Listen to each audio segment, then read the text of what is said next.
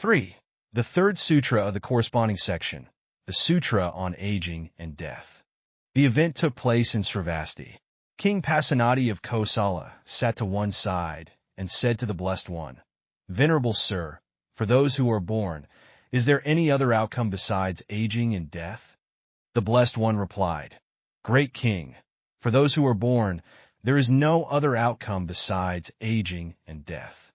Great King, even for those wealthy Kshatriya families with great wealth, huge incomes, abundant gold and silver treasures, plentiful daily necessities, and ample food supplies, for these born beings, there is no other outcome besides aging and death.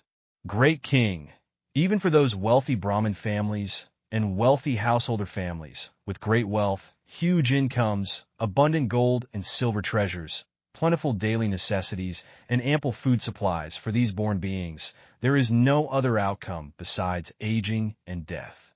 Great King, even for those arahant monks who have eradicated all defilements, completed their spiritual practice, done what needed to be done, laid down their burdens, reached the highest goal, completely severed the fetters of rebirth, and attained liberation through right wisdom, their bodies will also eventually break down and be discarded."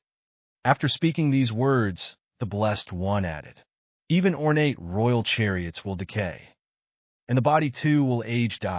But the Dharma of the virtuous does not age.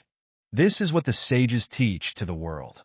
This passage is from a Buddhist sutra describing a conversation between the Buddha, the Blessed One, and King Pasenadi of Kosala.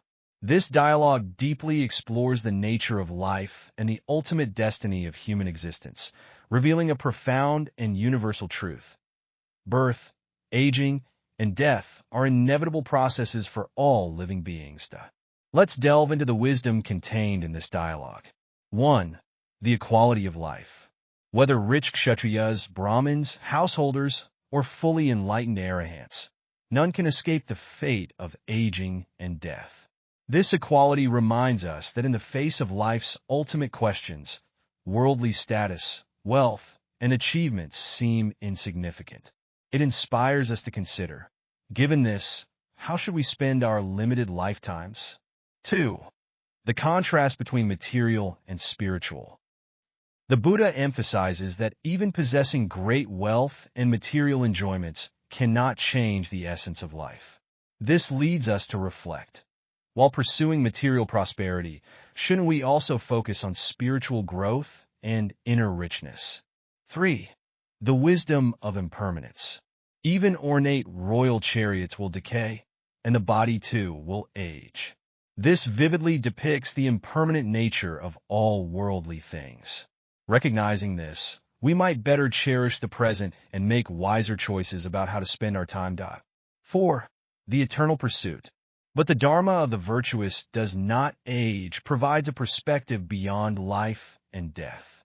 It suggests that while the physical body will age and perish, we can leave an eternal impact by practicing the right Dharma and cultivating virtues. This inspires us to consider, what is truly worth pursuing throughout our lives? 5. The courage to face reality. The Buddha discusses death directly and honestly, demonstrating the courage to face life's truths. This attitude inspires us. Should we be more open to discussing and accepting the finite nature of life, thereby living a more meaningful and purposeful life? 6. The inheritance of wisdom. This is what the sages teach to the world. This sentence emphasizes the importance of passing down wisdom. It reminds us that the wisdom and insights of our predecessors can guide us through life's various challenges. How should we absorb this wisdom and pass it on to future generations? This brief yet profound dialogue not only reveals the nature of life, but also provides us with a new perspective to examine our existence, our choices, and the meaning of our lives. It invites us to transcend daily trivialities and contemplate those truly important questions. How should we live in our finite lives? How can we find true peace and satisfaction?